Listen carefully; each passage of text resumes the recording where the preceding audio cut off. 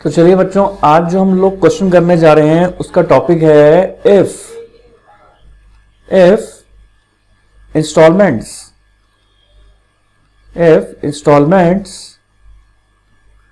Are given on different intervals. If installments are given on different intervals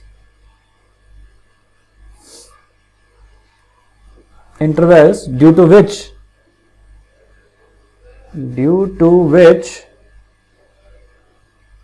we have to adjust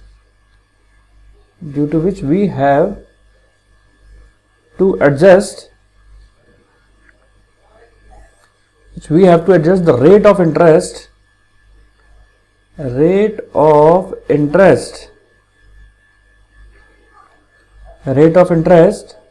on each installments. तो देखिए बच्चों, मैं इसमें आपको ये बात समझाना चाहता हूं कि मान के चलिए क्वेश्चन के अंदर मैंने बताया कि इंस्टॉलमेंट्स क्वेश्चन के अंदर दे रखी हैं, लेकिन वो इंस्टॉलमेंट डिफरेंट इंटरवल्स के अंदर दे रखी है। यानी जो टाइम इंटरवल्स है इंस्टॉलमेंट का वो अलग अलग है, यानी टाइम इंटरवल गैप जो है वो इक्वल नहीं है। उसकी वजह से अब हमको रेट ऑफ इंटरेस्ट को एडजस्ट करना पड़ता है। तो अब आप बोलेंगे सर कैसे, एक एग्जांपल से समझाओ। तो मैंने कहा चलो बच्चों, आपको एग्जांपल से समझाता हूं कि ये किस तरीके से होना है। तो आप लोग मेरे साथ साथ ये एग्जांपल नोट डाउन करें और फिर मैं इसको सॉल्व करके दिखाता हूं कि किस तरीके से हम रेट ऑफ इंटरेस्ट को एडजस्ट करके रिवर्स कैलकुलेशन मेथड से हम कैश प्राइस की कैलकुलेशन करते हैं। ये कैश प्राइस को कैलकुलेट करने के अलग अलग केसेस दे रखे हैं जो हम लोगों को ध्यान में रखने हैं। तो जो भी मैं फिर बता रहा हूं आपको, जो भी मैं एग्जांपल ले रहा हूं सब आपके स्टडी मटेरियल्स हैं, तो आप लोग नोट डाउन करें। इसमें लिखें आप date of purchase of assets. Date of purchase of assets आपको दे रखी है 1 जनवरी 2002। क्वेश्चन के अंदर आपको रेट ऑफ इंटरेस्ट दे रखा है, रेट ऑफ इंटरेस्ट। आपको रेट ऑफ इंटरेस्ट हमें क्वेश्चन के अंदर कितना दे रखा है, वो दे रखा है 12% पर एनम। ठीक है जी। और आपको कैलकुलेट करनी है cash price. Calculate cash price considering following information about installments. Considering following information about installments. तो चलिए बच्चों, देखना ये है कि क्या इंफॉर्मेशन दे रखी है हमें। तो आपको दे रखा है 1 जनवरी 2002 में आपको दे रखा है 30,000 रुपीज का। अब आप देखिए 1 जुलाई 2002 में हमें दे रखा है 50,000 का इंस्टॉलमेंट। फिर उसके बाद देखिए 1 जनवरी 2003 के अंदर हमें दे रखा है 40,000 रुपीज का। और 1 अक्टूबर 2003 में 1 अक्टूबर 2003 में फिर से आपको 40,000 रुपीज की इंस्टॉलमेंट दे रखा है। और 1 जनवरी 2004 में हमें दे रखा है 40,000 का इंस्टॉलमेंट। अब आपको देखने में लग रहा होगा सर सिंपल तो है क्वेश्चन। मैंने कहा बिल्कुल बेटे, क्वेश्चन सिंपल है, लेकिन हमें गौर करना है ये कि यहां टाइम पीरियड डिफरेंट है। कैसे, ये देखिए बेटे, जनवरी से लेकर 1 जुलाई तक, यानी जनवरी, फरवरी, मार्च, अप्रैल, मई, जून, यानी यहां से यहां तक आप देख पा रहे हैं कि 6 मंथ का गैप है। ठीक है जी, ठीक है सर। फिर 1 जुलाई से 1 जनवरी तक, जनवरी, जुलाई के बाद देखिए जुलाई, अगस्त, सितंबर, अक्टूबर, नवंबर, दिसंबर। जनवरी को गिनेंगे नहीं क्योंकि 1 तारीख है, फिर 6 महीने का गैप है। तो आप बोलेंगे सर देखो गैपिंग भी सेम है। मैंने कहा नहीं बच्चों, इतनी जल्दी फैसला नहीं लेना, आगे गैपिंग डिफरेंट है। अब आप देखिए जनवरी 1 जनवरी 2003 से 1 अक्टूबर 2003 तक देखिए आप, तो जनवरी फरवरी मार्च अप्रैल मई जून जुलाई अगस्त सितंबर, यानी यहां पर हमारा गैपिंग कितनी आ गई, यहां हमारी गैपिंग आ गई 9 मंथ्स की। सर आप कहते तो ठीक हो। मैंने कहा बच्चों मैं हमेशा सही कहता हूं, जल्दबाजी के फैसले नहीं लेने चाहिए, सारे फैसले धीरज से लेने हैं हमें। एग्जाम करते वक्त अगर आपने धीरज से सारी क्वेश्चन को नहीं समझा तो आप गलत करे आओगे। सर आप इसे समझते हैं, आप हमेशा हमें कहते हो। मैंने कहा बच्चों मेरे से तो क्वेश्चन समझते हो, वो बात ठीक है, नाम मेरा धीरज है, लेकिन आपको अपने अंदर भी धैर्य बना के चलना है। ठीक है सर, आपने कहा हमने मानी, हम दोनों ज्ञानी। सर आप बातें बहुत अच्छी करते हो। मैंने कहा लगाओ बच्चों क्वेश्चन के अंदर अपना ध्यान। 1 अक्टूबर 2003 से 1 जनवरी 2004 तक का, अब आप यहां का टाइम पीरियड गिने, अक्टूबर नवंबर दिसंबर, तो यहां 3 मंथ्स का गैप। तो वही तो बच्चों, यही तो मैं आपको बात समझाना चाहता हूं कि यहां पर हमारी इंस्टॉलमेंट की गैपिंग अलग अलग है। सर क्या पिछले क्वेश्चन में बराबर थी? हाँ बच्चों बराबर थी, इक्वल इंस्टॉलमेंट लिख रहा था मैं बार बार, टाइम पीरियड बराबर था, लेकिन यहां पर आपका टाइम पीरियड बराबर नहीं है। तो चलो फिर आगे करते हैं। तो मैंने कहा बच्चों देखो क्वेश्चन को अच्छी तरीके से समझने के लिए हमें किसका सहारा लेना चाहिए? डायग्राम का। सर क्या ये डायग्राम बना के क्वेश्चन आसान हो जाते हैं? मैंने कहा बिल्कुल।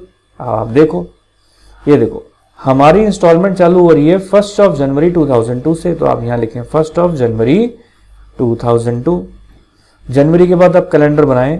अब आप देखिए इसके अंदर आगे लिखें जनवरी के बाद आ जाएगा फरवरी, फिर आ जाएगा मार्च, अप्रैल, मई, जून। अब देखिए एक तो थी हमारी डेट ये वाली, इस पे आप लिखें आई, इंस्टॉलमेंट की डेट है, और आई फॉर इंस्टॉलमेंट, और यहां पर कितना अमाउंट आ जाएगा 30,000 का। और इसके बाद देखिए बच्चों अब आपको यहां पर जून के बाद, अब 1 जुलाई स्टार्ट हो रहा है, और 1 जुलाई को फिर से आपकी इंस्टॉलमेंट की डेट है 1 जुलाई। फिर से लिखिए आप आई, और यहां पर आ जाएगा आपका अमाउंट 1 जुलाई 2002 को इंस्टॉलमेंट का अमाउंट आ जाएगा 50,000 का। और 1 जुलाई के बाद फिर अब आप लिखे अगस्त, सितंबर, अक्टूबर, नवंबर, दिसंबर, जनवरी। अब आप देखिए दिसंबर में हमारा ईयर एंड हो गया। एक बार हम बात करें तो जनवरी से स्टार्ट हुए थे, तो अगर हम जनवरी से स्टार्ट हुए हैं यहां पर,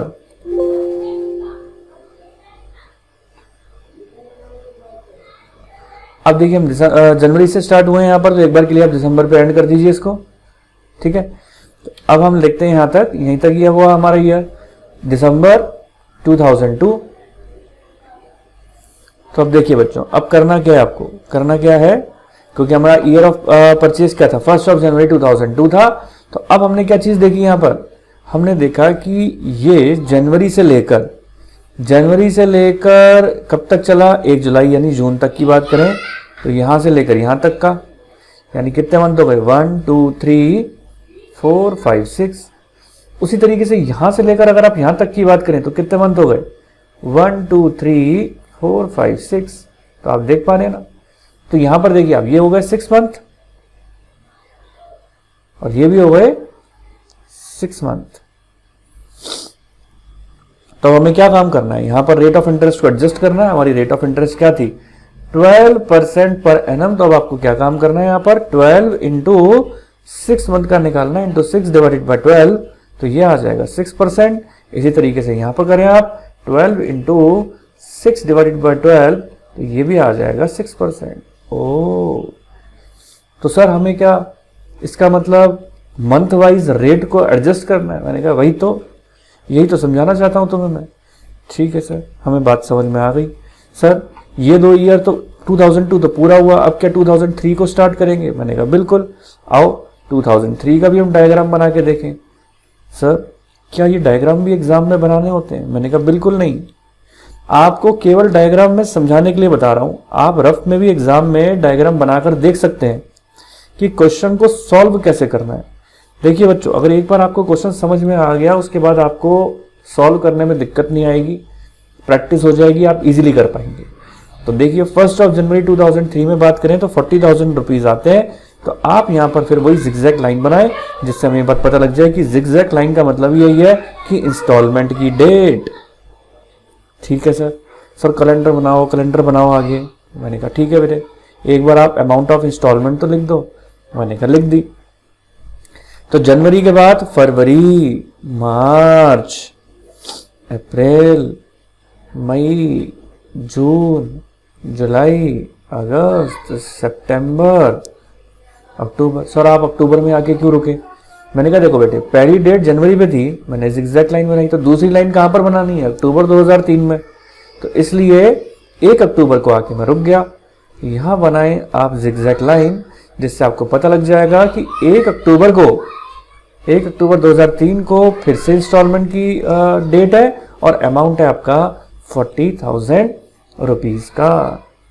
ठीक है सर, हमें बात समझ में आ गई। फिर से सर क्या अब तो 6 मंथ का गैप नहीं है? मैंने कहा देखो बच्चों, यहां से लेकर आप कहां तक गिनोगे?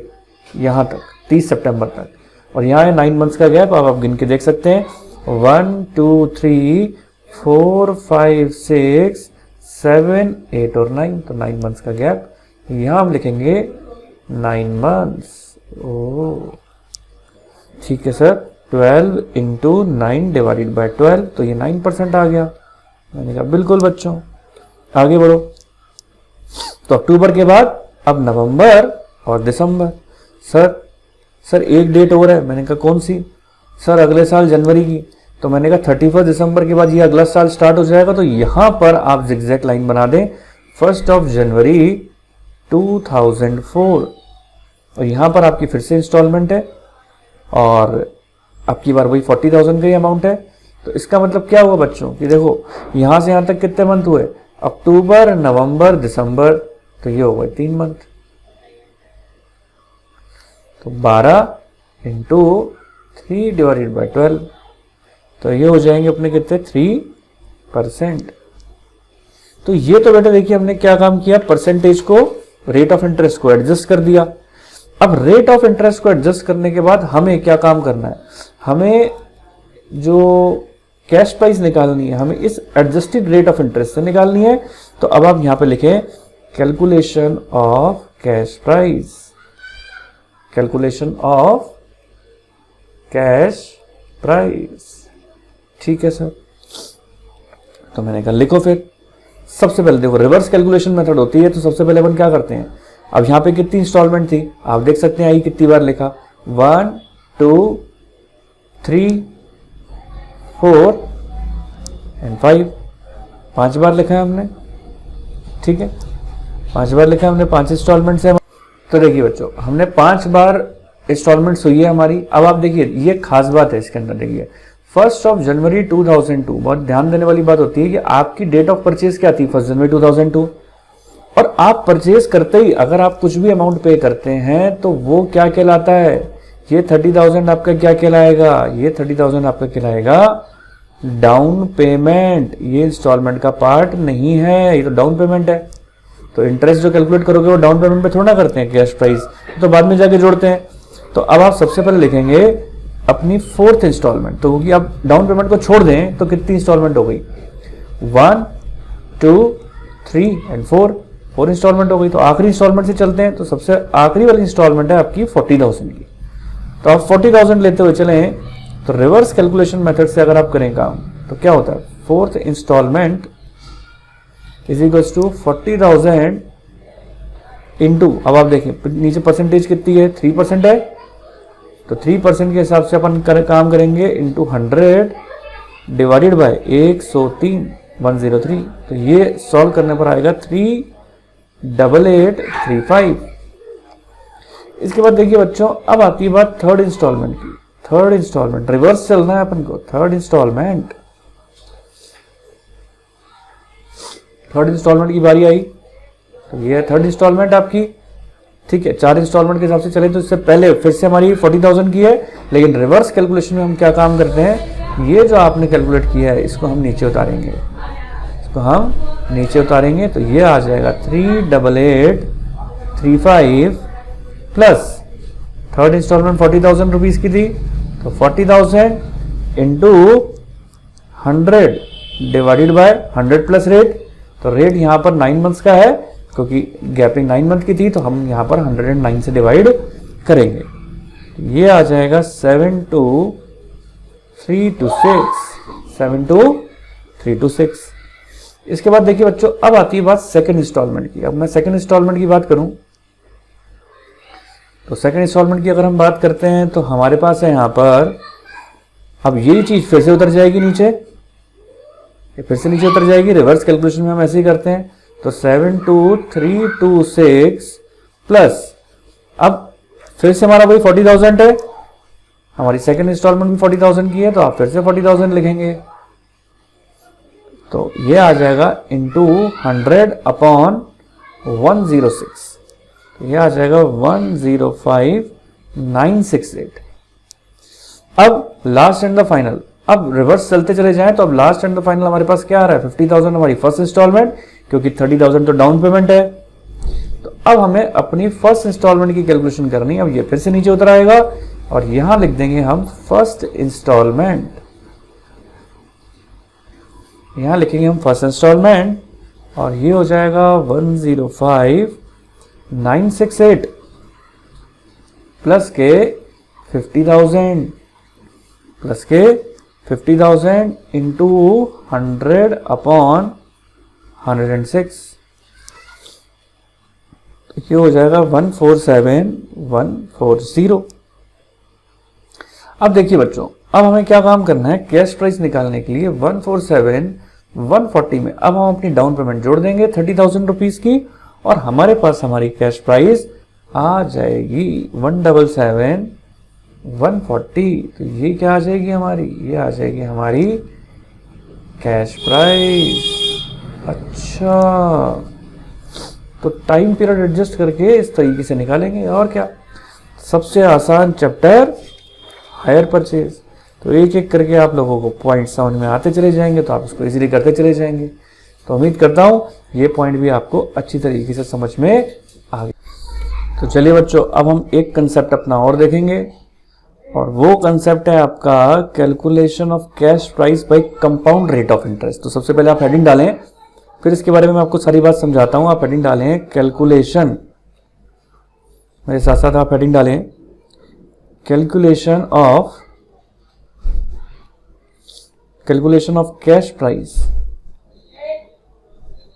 Calculation of cash price by compound rate of interest, compounding rate of interest.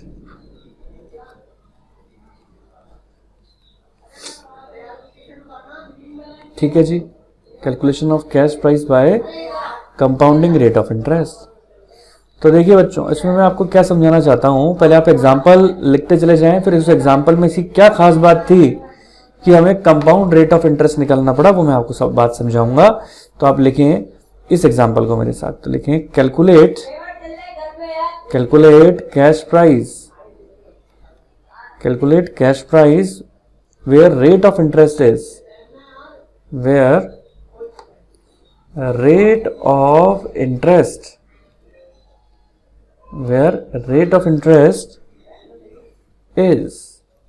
12% per annum, 12% per annum charged quarterly,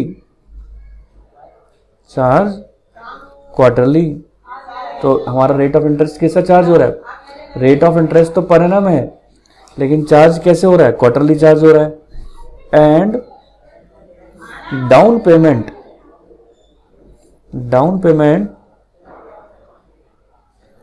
is ₹10,000।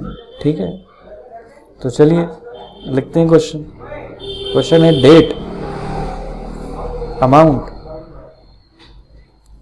और डेट अमाउंट, और यहाँ पर आ जाएगा आपका नेचर। तो अब आप लिखें यहाँ पर 1 जनवरी 2003 में आपको दे रखा है 10,000 का, और है क्या, वो है डाउन पेमेंट। ये है आपकी डाउन पेमेंट।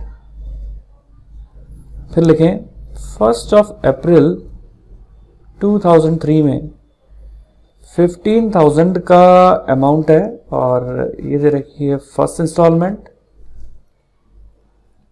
ये आपको दे रखी है फर्स्ट इंस्टॉलमेंट।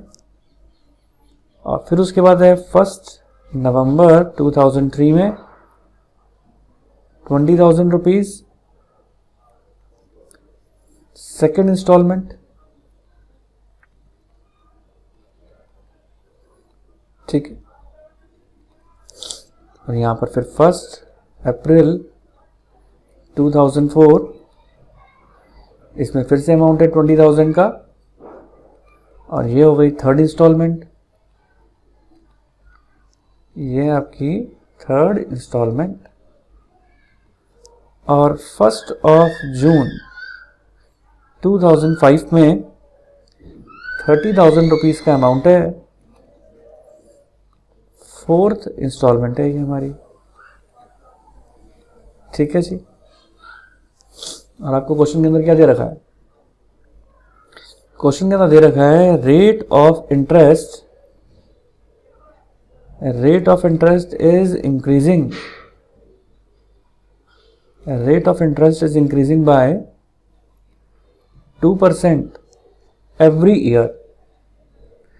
यानी 2% से रेट ऑफ इंटरेस्ट हर साल बढ़ेगी with effect from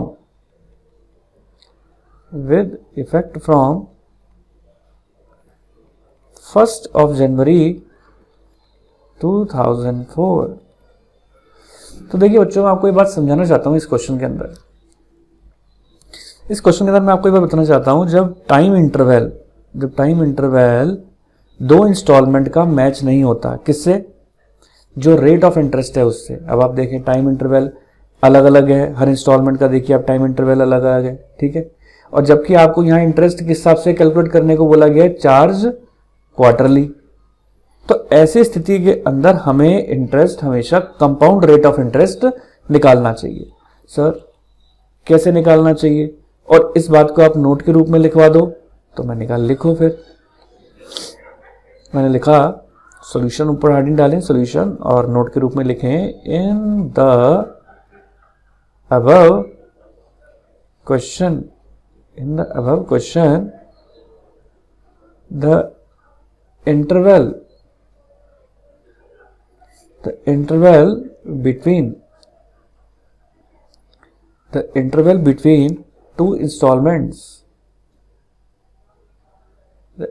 between two installments does not match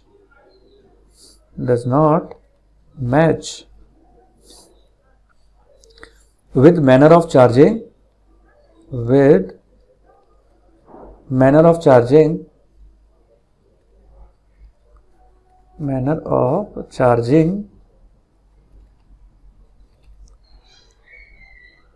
interest,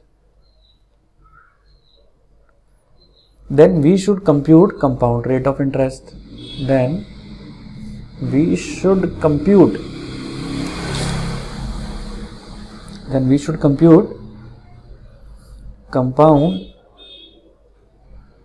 compound rate of interest.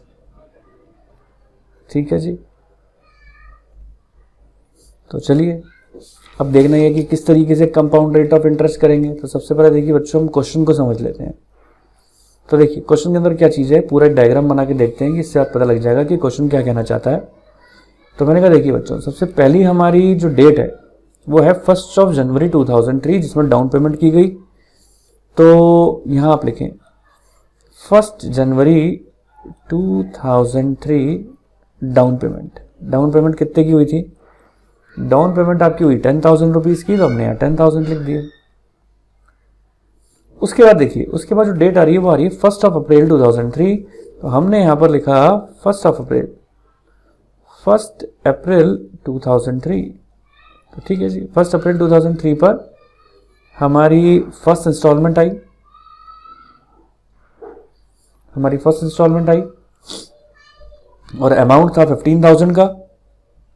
और जब हमने देखा कि गैपिंग कितनी है यहां से लेकर यहां तक की, तो जनवरी फरवरी मार्च यानी हमें गैपिंग 3 मंथ्स की दिखाई दी, और जो रेट ऑफ इंटरेस्ट थी हमारी वो 12% की थी। ठीक है, अब आती है बात यहाँ पर, आती है कि इसके बाद यहाँ पर बात आती है कि जब आप 1 अप्रैल के बाद 1 नवंबर को जब आप देखने लगे तो 1 नवंबर को कितना आया, अप्रैल के बाद आप देखिए 1 नवंबर 2003 करीबन यहाँ आएगा, तो 1 नवंबर 2003, 1 नवंबर 2003, तो 1 नवंबर 2003 पर हमने क्या चीज देखी, 1 नवंबर 2003 में, नवंबर 2003 पर हमारी सेकंड इंस्टॉलमेंट आई। 1 नवंबर 2003 पे हमारी सेकंड इंस्टॉलमेंट आई, ये 20,000 रुपीज की थी, ये आ गई सेकंड इंस्टॉलमेंट 20,000 रुपीज की।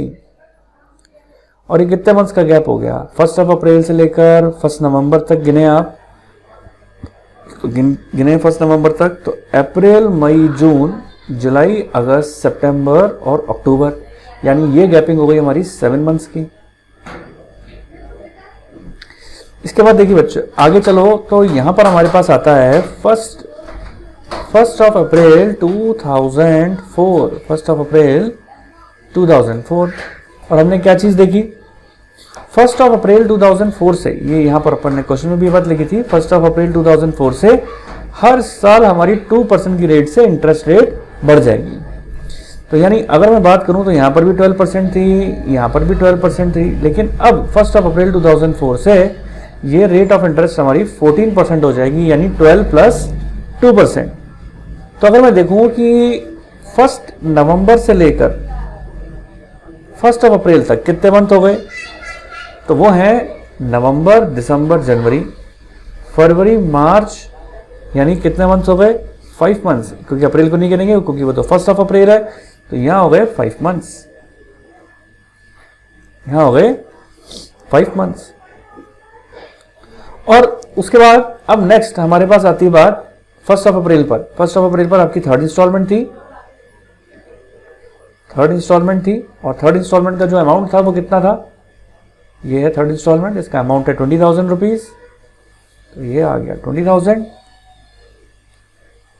अब आती है बात 1 जून की, तो 1 जून में कितना है 30,000 रुपीज। तो अब हमने यहां पर 1 अप्रैल 2004 के बाद 1 जून 2005 देखा, तो अब आप देख सकते हैं यहां पर हमारी 4th इंस्टॉलमेंट हो गई, और 4th इंस्टॉलमेंट का हमारा अमाउंट कितना है, तो आप देख सकते हैं 4th इंस्टॉलमेंट का हमारा अमाउंट, 4th इंस्टॉलमेंट है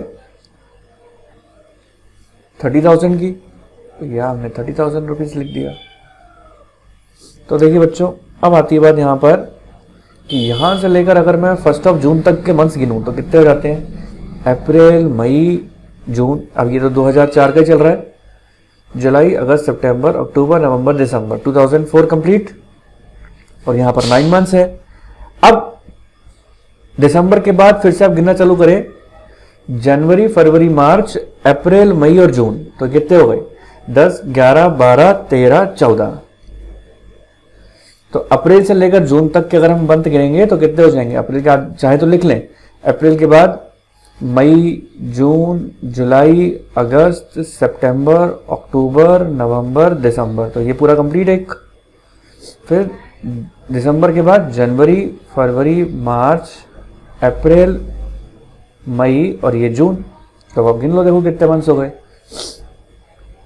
1 2 3 4 5 6 7 8 9 10 11 12 13 14, क्योंकि 1 तारीख तो जून की है तो जून को नहीं गिनेंगे, तो इसका मतलब ये 14 मंथ्स हो गए हमारे। तो यहां पर हम क्या लिखने वाले हैं 14 मंथ्स। तो अब यहां पर हमारे किस तरीके से रेट ऑफ इंटरेस्ट रहेगी, वही 14% थी, तो अब यहां पर कितनी हो जाएगी इस इंस्टॉलमेंट पे 1 जून पे 16% हो जाएगी, क्योंकि हर इंस्टॉलमेंट पे 2% बढ़ रहे हैं। तो देखिए बच्चों, मैं आपको ये बात बताना चाहता हूँ कि जैसा कि हमने ये चीज़ देखी, ये तो थी इंस्टॉलमेंट्स की डेट, और इंस्टॉलमेंट की डेट पहले 3 मंथ्स का गैप है, फिर 7 मंथ्स, फिर 5 मंथ्स, फिर 14 मंथ्स। लेकिन इंटरेस्ट जो आपको चार्ज करना है वो क्वार्टरली बेसिस पर करना है। इंटरेस्ट जो आपको चार्ज करना है वो क्वार्टरली बेसिस पर करना है, क्योंकि क्वेश्चन के अंदर मेंशन है। तो ऐसी स्थिति के अंदर जब हमारा मिसमैच हो, ये अमाउंट ऑफ इंस्टॉलमेंट जो आपको चार्ज करना है और जो इंटरेस्ट आपको जो चार्ज करना है वो क्वार्टरली बेसिस है, जबकि इंस्टॉलमेंट के अमाउंट डिफरेंट है, तो ऐसी स्थिति के अंदर हमारा कंपाउंड रेट ऑफ इंटरेस्ट से कैलकुलेट होगा। हमारा इंटरेस्ट रेट जो है वो कंपाउंड हो जाएगी, और उस कंपाउंड रेट ऑफ इंटरेस्ट से हमें अमाउंट कैलकुलेट करना होगा कैश प्राइस का। तो अब आपके मन में ये विचार उठेगा कि sir compound rate of interest कैसे निकालेंगे। तो चलिए बच्चों, कंपाउंड रेट ऑफ इंटरेस्ट निकालना सीखते हैं। तो चलिए बच्चों, अब हम बात करेंगे कि कंपाउंड रेट ऑफ इंटरेस्ट कैसे निकलेगी। तो अब आप देखिए, यहाँ पर हमारी अगर कैलकुलेशन ऑफ इंटरेस्ट करें तो अब आप हेडिंग डालें कैलकुलेशन ऑफ इंटरेस्ट। तो कैलकुलेशन ऑफ इंटरेस्ट की अगर मैं बात करूं तो हमारे यहाँ पर 4th इंस्टॉलमेंट है सबसे पहले। तो 4th इंस्टॉलमेंट की अगर हम बात करते हैं तो जैसे मैंने अभी आपको बताया था, तो लास्ट इंस्टॉलमेंट में हमारी क्या रेट ऑफ इंटरेस्ट चल रही है और किस तरीके से है। तो पहले आप डायग्राम बना लें। तो ये आप डायग्राम बना लें और उस डायग्राम से हम देखते चलेंगे कि किस किस तरीके से है। तो फर्स्ट डेट हमारी थी 1st ऑफ, मतलब अगर लास्ट से चलते हैं तो 1st ऑफ अप्रैल से लेकर 2004 से लेकर हमें कहाँ तक की कैलकुलेशन करनी है, 1st ऑफ जून 2005 तक की, यानी ये है 14 मंथ्स। तो लास्ट इंस्टॉलमेंट की अगर मैं बात करूं 4th इंस्टॉलमेंट की, तो इस टाइम ड्यूरेशन का मुझे रेट ऑफ इंटरेस्ट निकालनी है। तो यहां आप लिखें 1 अप्रैल 2004, ये अप्रैल के बाद मई, जून, ये 3 महीने पूरे हो गए। और यहां पर आप एक बड़ी लाइन खींच दीजिए, ये 3 मंथ पूरे हो गए, क्योंकि 3 मंथ्स का निकालना है। फिर जुलाई, अगस्त, सितंबर, जुलाई, अगस्त, सितंबर, फिर से लाइन खींच दी। फिर अक्टूबर, नवंबर, दिसंबर, तो फिर से एक लाइन खींच दी। फिर जनवरी, फरवरी, मार्च, हमने फिर से एक लाइन खींच दी। और फिर अप्रैल, मई, और ये अप्रैल, मई, और ये जून। ठीक है, और जून कौन सी तारीख है, जून है 1 ऑफ जून। तो ये चीज़ ध्यान रखनी है हमने। तो इस तरीके से हमारे 3 मंथ्स का कैलकुलेशन होगा। तो अब आप देखें किस तरीके से हमने कैलकुलेट करना है। तो शुरुआत में अप्रैल, मई, जून यानी 3 मंथ्स हैं। शुरुआत में हमारे पास 3 मंथ्स हैं, और हमारी जो रेट ऑफ इंटरेस्ट है वो अगर लास्ट से लेते हुए चलते हैं तो अप्रैल में, अगर आप डायग्राम देखें पिछला, तो हमारी अप्रैल के अंदर, अप्रैल 2004 में हमारा था 14% का था। और 1 ऑफ जून को जाकर हमारी जो रेट ऑफ इंटरेस्ट हुई थी वो 16% की हो गई थी। ठीक है, तो जो लास्ट होगा वो 16% पर हो जाएगा हमारा, लेकिन अभी 14% पर चलेगा।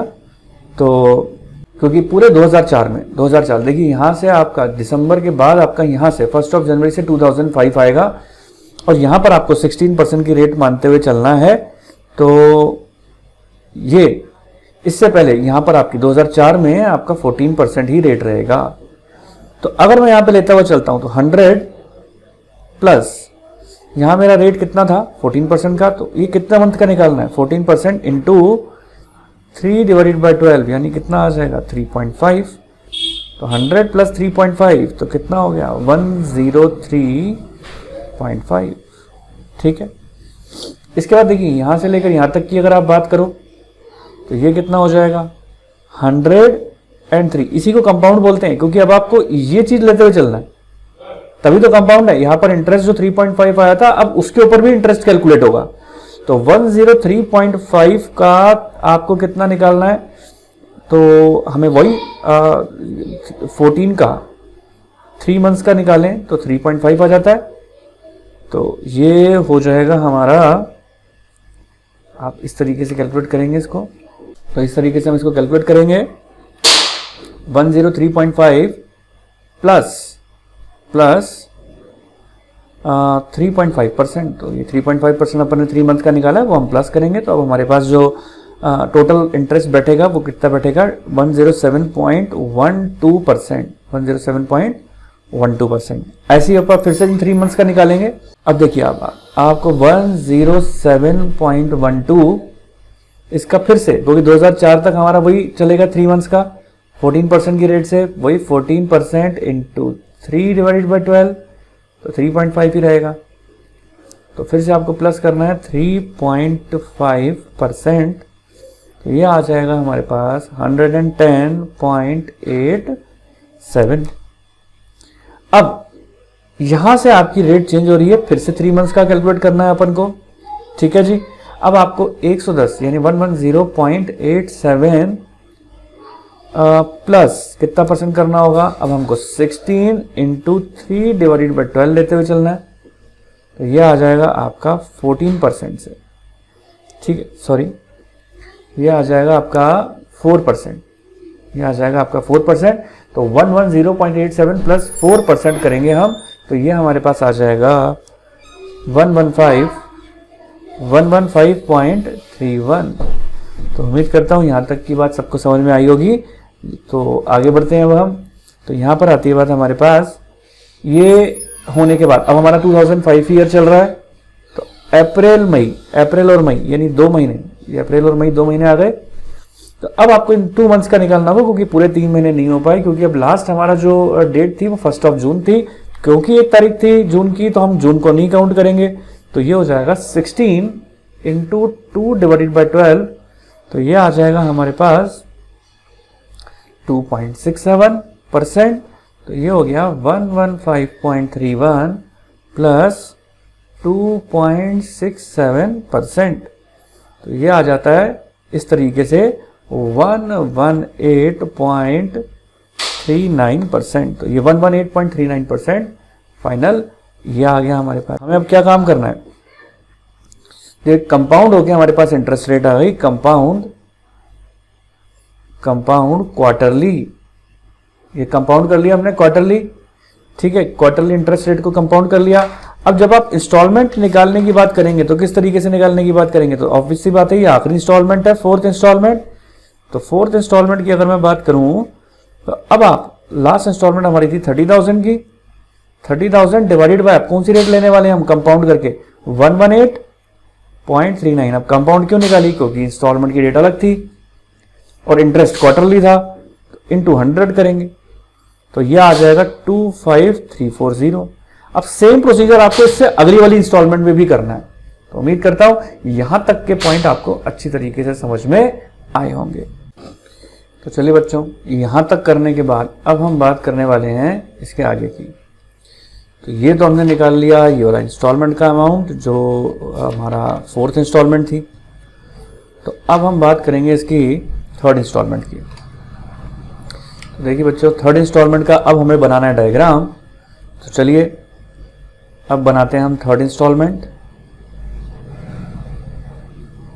3rd इंस्टॉलमेंट, तो 3rd इंस्टॉलमेंट के अंदर फिर से वही डायग्राम बनाएं। 3rd इंस्टॉलमेंट के अंदर फिर से हम वही डायग्राम बनाएंगे। और अब आप देखेंगे 1 नवंबर और ये आ गया हमारा दिसंबर, 31 दिसंबर, 1 नवंबर और 31 दिसंबर, और ईयर एंड हो गया यहाँ पर, ठीक है, यहाँ पर हमारा ईयर एंड हो गया, यहाँ ईयर एंड हो गया हमारा। और फिर उसके बाद रहेगी बात जनवरी, फरवरी और मार्च। जनवरी, फरवरी, मार्च, ये हमारा। तो जनवरी, फरवरी, मार्च में हमने क्या चीज़ देखी, ये हमारा 3 मंथ्स हो गए। तो अब हमने क्या चीज़ नोट डाउन किया यहाँ पर, हमने नोट डाउन किया कि क्योंकि क्वार्टरली इंटरेस्ट रेट थी, लेकिन यहाँ पर हमारा 31 दिसंबर को ईयर एंड आ गया। तो अब हमें क्या काम करना पड़ेगा, अब हमें देखना पड़ेगा यहाँ पर, क्योंकि तो देखिए बच्चों, नवंबर दिसंबर, ये नवंबर 2003 है, तो नवंबर 2003 और 31 दिसंबर 2003।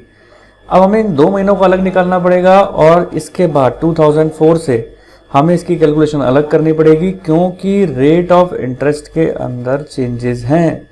यहाँ पर वही 12% के लेके चलना है आपको, और यहाँ पर आपको 14% के लेके चलना है, क्योंकि यहाँ से तो 2004 से तो 2% बढ़ गए थे ना। ठीक है, तो अब हमें क्या काम करना है कि ये आ जाएगा नवंबर और दिसंबर 100 पे आपको कंपाउंड करने के लिए क्या काम करना पड़ेगा, 12 इंटू 2 डिवाइडेड बाई 12, तो कितना 2%, तो ये कितना हो जाएगा 2%, ये हो जाएगा 102।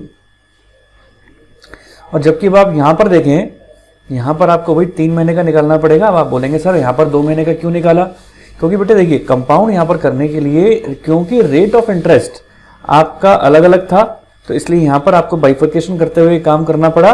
तो अब आप 102 के ऊपर निकालेंगे तो कितना आ जाएगा, यहां पर रेट ऑफ इंटरेस्ट 14% की है, तो 14 इंटू 3 डिवाइडेड बाई 12, तो यह आ जाएगा आपका 3.5%। तो यहां प्लस कितना करने वाले हैं, 3.5% 102 का, तो 102 का 3.5% निकालेंगे तो यह आ जाएगा 105.57%। ठीक है, तो अब ये कंपाउंड हो गया।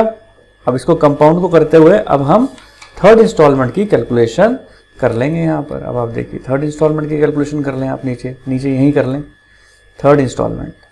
तो थर्ड इंस्टॉलमेंट की कैलकुलेशन अगर हम करें, थर्ड इंस्टॉलमेंट की अगर आप कैलकुलेशन करते हैं यहाँ पर, तो लिखें जो हमारा पिछला अमाउंट आया था वो कितना आया था 25340।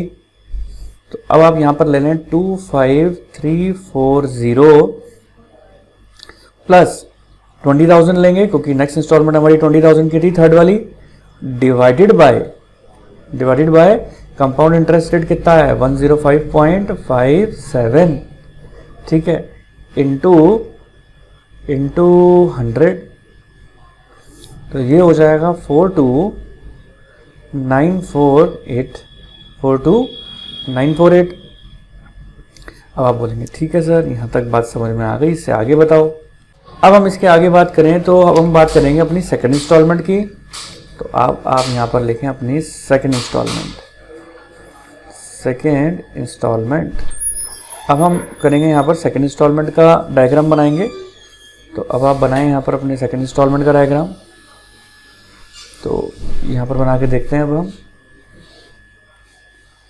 तो सेकंड इंस्टॉलमेंट की अगर हम बात करते हैं तो यह आ रहा है यहाँ पर 1 अप्रैल 2003 से 1 नवंबर 2003 तक, यानी 7 मंथ्स का बनाना है। तो ये हो गया 1 अप्रैल 2003, मई, जून। ठीक है, और जुलाई में आपकी डेट आ जाएगी 1 जुलाई। फिर उसके बाद अगस्त, सितंबर। ठीक है, अगस्त, सितंबर, अगस्त आ गया, सितंबर आ गया, अप्रैल, मई, जून, जुलाई, अगस्त, सितंबर। तो ये वापस से 3 महीने कंप्लीट, अप्रैल, मई, जून, जुलाई, अगस्त, सितंबर। तो लाइन खींच दीजिए जहाँ जहाँ 3 महीने कंप्लीट हो रहे हैं, अप्रैल, मई, जून, जुलाई, अगस्त, सितंबर। फिर अक्टूबर, नवंबर, 1 अक्टूबर,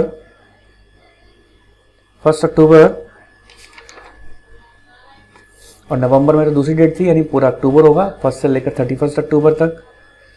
तो अब हम यहाँ पर देख लेते हैं कितने कितने मंथ्स हो गए। तो यहाँ पर हमारा वही 3 मंथ्स का। तो 3 मंथ्स की आप कैलकुलेशन कैसे करने वाले हैं, 100 प्लस 12 प्लस 12% की रेट थी, 12 इंटू 3 डिवाइडेड बाई 12। तो ये हो जाएगा हमारा 12 इंटू 3 डिवाइडेड बाई 12 3%। तो ये हो जाएगा 100 प्लस 3%, तो ये हो जाएगा 103। ऐसी अब आप बात करें जुलाई से लेकर सितंबर तक की। तो जुलाई से लेकर सितंबर तक की बात करें तो 103 पे कैलकुलेट करेंगे। तो 103 पे कैलकुलेट करेंगे हम तो कितना आ जाएगा, तो वही 12% इंटू 3 डिवाइडेड बाई 12, तो वही 3% प्लस करना है, तो प्लस 3%। कंपाउंड कर दें तो हमारे पास अमाउंट आ जाएगा 106.09। अब आप 1 अक्टूबर की डेट थी, तो 1 अक्टूबर की डेट पर आप देख पा रहे हैं यहाँ पर ये केवल 1 मंथ है। गौर से देखिएगा, ये 3 मंथ्स थे तो मैंने 3 मंथ का कैलकुलेट किया, यहाँ पर भी 3 मंथ्स थे, 3 मंथ का कैलकुलेट किया, ठीक है। लेकिन 1 अक्टूबर से लेकर, 1 अक्टूबर से मैं बात करूं तो 1 अक्टूबर से लेकर 1 अक्टूबर तक का ही होगा यहाँ पर, क्योंकि अप्रैल से लेकर अगर आपकी नेक्स्ट इंस्टॉलमेंट नवंबर की थी तो अक्टूबर तक की आपने कैलकुलेट किया तो ये 1 मंथ आ जाएगा। तो 12 इंटू 1 डिवाइडेड बाई 12, तो 12 इंटू 1 डिवाइडेड बाई 12 कर देंगे हम, तो कितना आ जाना है ये, तो 12 इंटू 1 डिवाइडेड बाई 12 करें आप तो 1%, तो ये अमाउंट कंपाउंड हो गया 106.09 प्लस 1%, तो अगर आप 1% जोड़ेंगे तो कंपाउंड रेट आ गई 107.15। तो ये आ गया आपका 1 मंथ का। अब आप बोलेंगे सर ये 107.15 से कैलकुलेट करेंगे, मैंने कहा हाँ। तो चलिए अब आप सेकंड इंस्टॉलमेंट से अपनी अमाउंट कैलकुलेट कर रहे हैं, वही कैश प्राइस का रिवर्स कैलकुलेशन मेथड। तो अब पुराना आपने जो कैलकुलेट किया था वो अमाउंट था 42948 प्लस 20,000 प्लस 20,000 ब्रैकेट कर दीजिए डिवाइडेड बाय, अब कंपाउंड रेट कितनी आई है हमारी 107.15, और 107.15 इंटू 100 कर देंगे तो ये आ जाएगा 58747। तो आप इसको राउंड फिगर में 748 भी ले सकते हैं, ठीक है जी। अब आती है बात हमारे पास लास्ट इंस्टॉलमेंट की, हमारी फर्स्ट इंस्टॉलमेंट की। तो देखिए बच्चों, फर्स्ट इंस्टॉलमेंट के लिए अब हमने क्या काम करना है, फिर से वही डायग्राम बनाएंगे, कंपाउंड इंटरेस्ट रेट निकालने की कोशिश करेंगे यहाँ पर। तो अब आप फिर से बनाए डायग्राम, और यहाँ पर हमारे पास जो डेट थी, और 1 जनवरी 2003 से 1 अप्रैल 2003 तक देखना है, तो 1 जनवरी 2003, जनवरी के बाद फरवरी, फरवरी के बाद मार्च 2003, तो ये आ गया हमारा, ये हो गया हमारा यहाँ तक। तो यानी इसका मतलब अप्रैल में तो नई डेट आ गई थी, तो रिवर्स चलते हैं तो 3 मंथ का कैलकुलेट कर पाएंगे हम, तो 3 मंथ आ जाएंगे यहाँ पे। तो 12 इंटू 3 डिवाइडेड बाई 12 करेंगे तो ये हो जाएगा हमारा वही हमारा 3%, 3 मंथ्स का। तो 100 प्लस 3 103% कंपाउंड हो गया। तो 103% से आपको फर्स्ट इंस्टॉलमेंट की अमाउंट निकालनी है। तो यहाँ पर कैलकुलेट कर लेते हैं अपना फर्स्ट इंस्टॉलमेंट का अमाउंट, इससे आपको आपकी कैश प्राइस आ जाएगी। तो लिखें आप फर्स्ट इंस्टॉलमेंट, तो ये लास्ट हमने जो कैलकुलेट किया था वो कितना किया था 58748, तो ये अब ये नीचे उतर जाएगा 58748 प्लस, और लास्ट इंस्टॉलमेंट हमारी 15,000 की थी, divided by 103 into 100 is equals to 71600। अब देखिए बेटे, कैश प्राइस निकालने के लिए जो आखिर में अमाउंट आता है उसके अंदर हम डाउन पेमेंट जोड़ देते हैं। 71600 प्लस के 10,000 इज इक्वल्स टू 81600। तो ये डाउन पेमेंट जुड़ गई और ये आपका 81600 का अमाउंट आ गया। तो ये थी आपकी कैश प्राइस। तो हमने देखा कि किस तरीके से हमने कैश प्राइस कैलकुलेट किया कंपाउंड रेट ऑफ इंटरेस्ट के साथ। तो उम्मीद करता हूँ ये सारे पॉइंट आपको अच्छी तरीके से समझ में आ गए होंगे। तो चलिए बच्चों, हम लोगों का चैप्टर चल रहा था हायर परचेज, और आज हम लोग क्वेश्चन करेंगे 2 ईयर कंपाउंड रेट का। तो आप लोग मेरे साथ साथ हेडिंग डालें 2 ईयर कंपाउंड रेट। अब ये 2 ईयर कंपाउंड रेट कैसे करते हैं तो वो मैं आज आप लोगों को समझाऊंगा। तो आप लोगों ने हेडिंग डाल दी 2 ईयर कंपाउंड रेट, और करना क्या है, आप लोग मेरे साथ साथ इस एग्जाम्पल को नोट डाउन करें। मैं फिर कहता हूं आप लोगों को, मैंने जितने भी एग्जाम्पल से कवर अप किए हैं ये सारे एग्जाम्पल्स आपके मॉड्यूल और आरटीपी के हैं। तो लिखें फॉर एग्जाम्पल, लिखें GD milling industries, GD milling industries,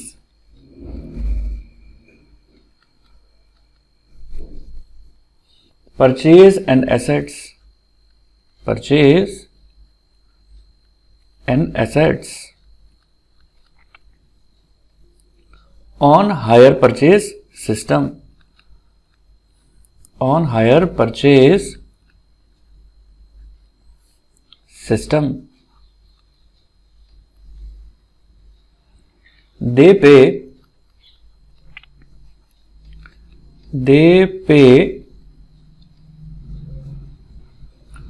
1524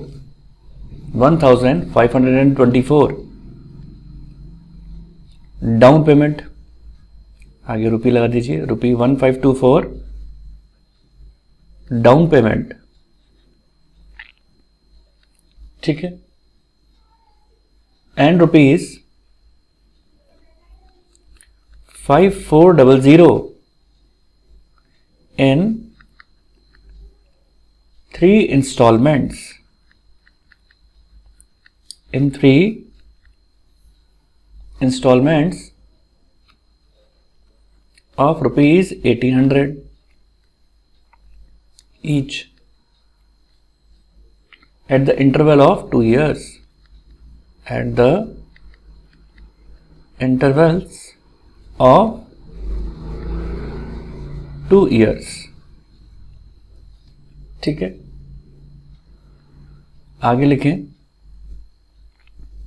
अब आप देख पा रहे हैं इस क्वेश्चन के अंदर मैंने आप लोगों को क्या लिखवाया, 1800 ईच, इंस्टॉलमेंट कितनी है 1800 की एक है, और गैप कितना है, at the interval of 2 years का गैप है, ठीक है, और टोटल नंबर ऑफ इंस्टॉलमेंट कितनी है 3 इंस्टॉलमेंट है, लेकिन इंस्टॉलमेंट के बीच में गैप कितना है 2 years का है, तो हमें 2 years की कंपाउंड करना पड़ेगा, ठीक है।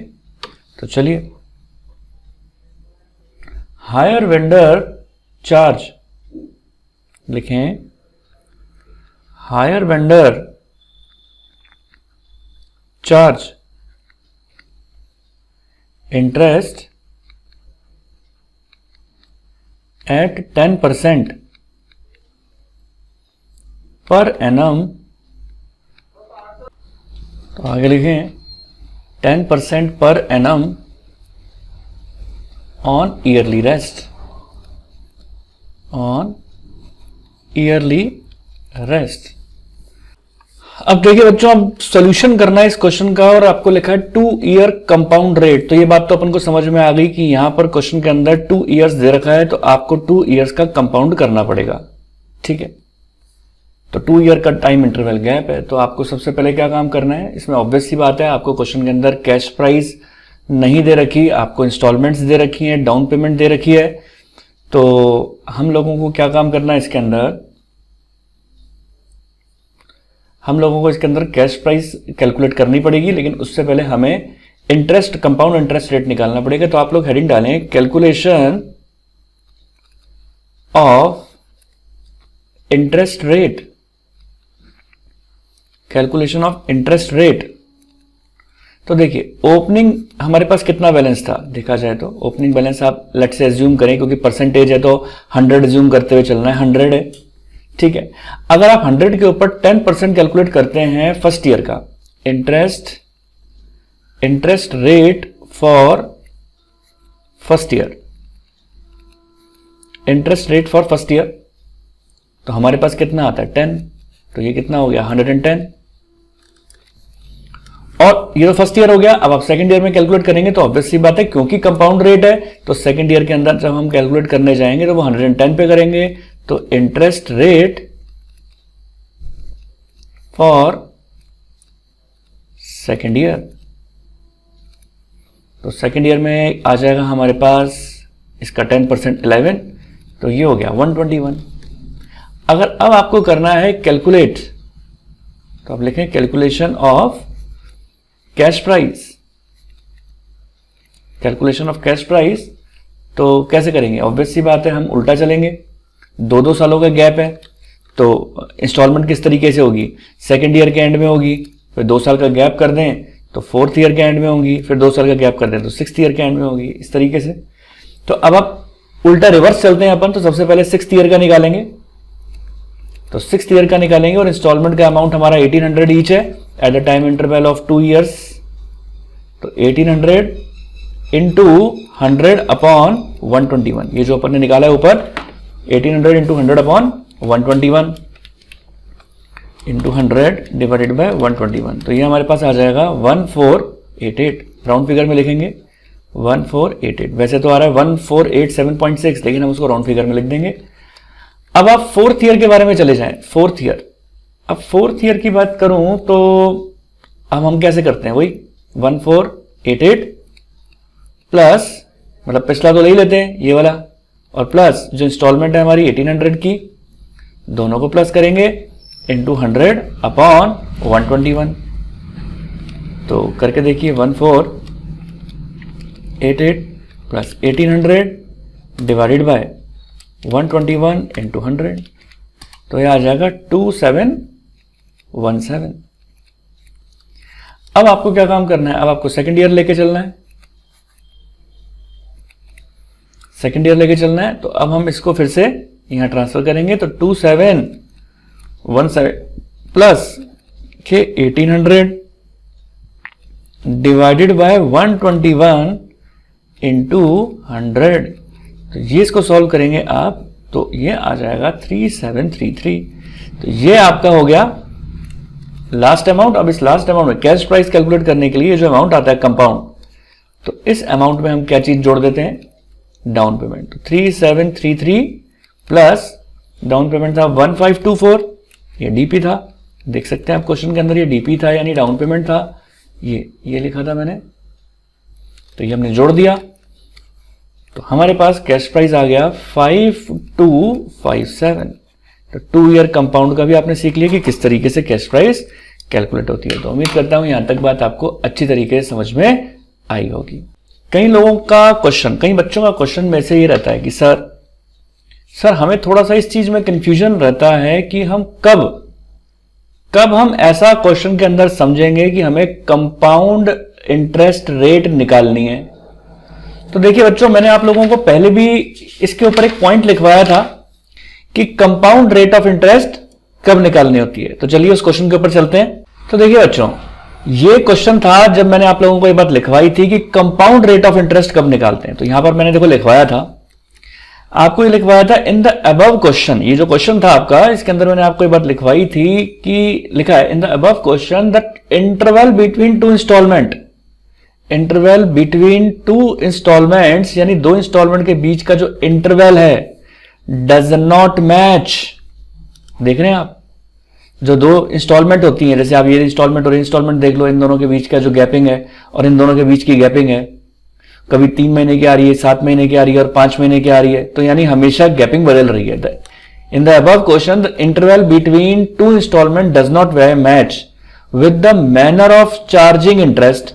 और इंटरेस्ट कैसे चार्ज कर रहे हैं हम, इंटरेस्ट के लिए देखो ऊपर आगे साफ लिखा है, आपको क्वेश्चन के अंदर इंटरेस्ट रेट तो पर एनम दे रखी है, लेकिन लिखा है चार्ज्ड क्वार्टरली बेसिस पर चार्ज करना है, और जबकि इंस्टॉलमेंट की गैपिंग डिफरेंट है।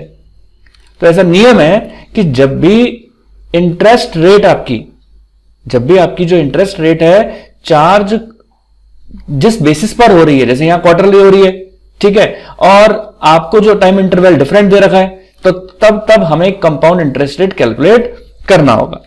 तो अब आप बोलेंगे सर क्या सभी क्वेश्चन के अंदर ऐसा हुआ है? मैंने कहा हां, आओ देखते हैं।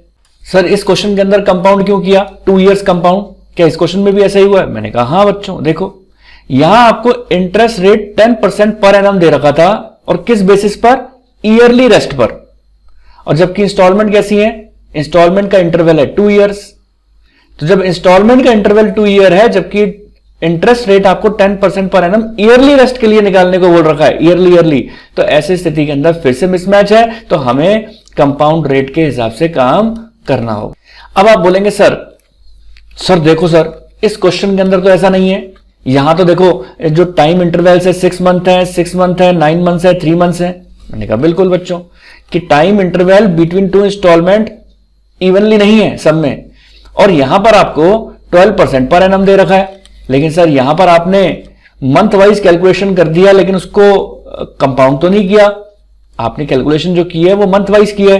मैंने कहा देखो बच्चों, मैंने क्या काम किया, यहां 12 इंटू 6/100 कर दिया तो ये 6 मंथ का निकाल दिया, ठीक है। तो यहां पर भी इसी तरीके से 12 इंटू 6/100 करके 6% निकाल दिया। या 9 मंथ्स का है, यहां 9 मंथ्स का है तो हमने क्या काम किया, या 9 मंथ्स का निकाल दिया। तो यानी हमने मंथ वाइज कैलकुलेशन की, लेकिन यहां पर क्वेश्चन के अंदर आगे कहीं पर भी ऑन क्वार्टरली बेसिस चार्ज या ईयरली बेसिस चार्ज ऐसा कुछ नहीं लिखा। तो जब इस तरीके से नहीं लिखा हुआ तो इसका मतलब हमें क्वेश्चन को नॉर्मल तरीके से सॉल्व करना है, जैसे हम नॉर्मली क्वेश्चन को सॉल्व करते हैं। ठीक है सर, हमें आपकी बात समझ में आ गई। तो उम्मीद करता हूं बच्चों कि ये पॉइंट आपको क्लियर हो गया होगा कि कंपाउंड कब करना है और कब नहीं। तो उम्मीद है बच्चों कि इस क्वेश्चन के अंदर कंपाउंडिंग हमने क्यों की, क्योंकि आपको अच्छी तरीके से बातें समझ में आ गई होंगी। तो चलिए बच्चों, यहां तक हम लोगों का सारा कंसेप्ट क्लियर हुआ कि कैश प्राइस हम किस तरीके से निकालते हैं। और अब मैं आप लोगों को कराने जा रहा हूं कि अगर गुड्स का रीपोजेशन हो जाता है, अगर गुड्स का रीपोजेशन होता है तो रीपोजेशन के टाइम पर हम किस तरीके से एंट्रीज करते हैं, तो वो मैं आपको समझाने जा रहा हूं।